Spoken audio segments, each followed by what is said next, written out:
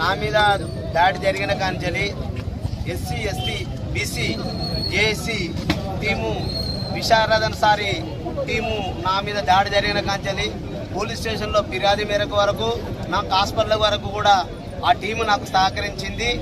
ఇక్కడ ఉండబడే వెల్మ ద్వారా మధువంశీ కృష్ణారావు నా మీద ఒక న్యూస్ కవర్ చేసినందుకు అబ్బెంగుల రాజయ్య అనే రైతు నాకు ఫోన్ చేయగా నేను ఆ వార్తా కవరేజీకి చేయడానికి వెళ్ళిన తర్వాత ఆ వార్తా కవరేజీ నేను అది వచ్చిన వార్తను గ్రూపులలో పెట్టిన తర్వాత అది కోపంగా పెట్టుకొని 16వ తారీఖు అర్ధరాత్రి నా ఇంటికి వచ్చి అది డోరు కొట్టగా ఎవరైనా అనగా అన్నా నేను మాట్లాడతానని చెప్పి అనగా నేనేదో మనకు దగ్గర తెలిసిన వ్యక్తులని చెప్పి నేను నమ్మి తీయగా నా ఇంట్లోకి చొరబడి నన్ను విపరీతమైన పిడుగుతులతో గుద్ది, అరే మాదిగ లంజగొడక నేను నా మీద నువ్వు వార్త పెడతావా, నువ్వు నీకెంత ధైర్యం రా అని చెప్పుకుంటూ పిడుగుతులు గుద్దుతూ నేను అరుస్తున్న క్రమంలో నా భార్య కళావతి అనే నా భార్యను కూడా ఆమె అరుపులు కేకలు వేయడంతో ఆమె దగ్గర కూడా పోయి మొత్తము నోరు అంటే గొంతు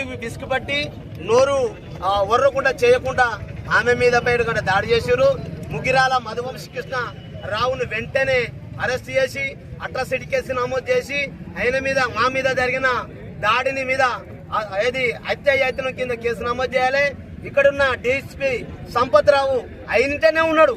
మధువంశీ కృష్ణారావు అనే వ్యక్తి సంపత్రావు ఇంటనే ఉన్నాడు. సంపత్రావుకు చుట్టమట. మరి అది చుట్టం అన్నప్పుడు ఇక్కడ ఎందుకు నౌకరీ చేయాలి సంపత్రావు?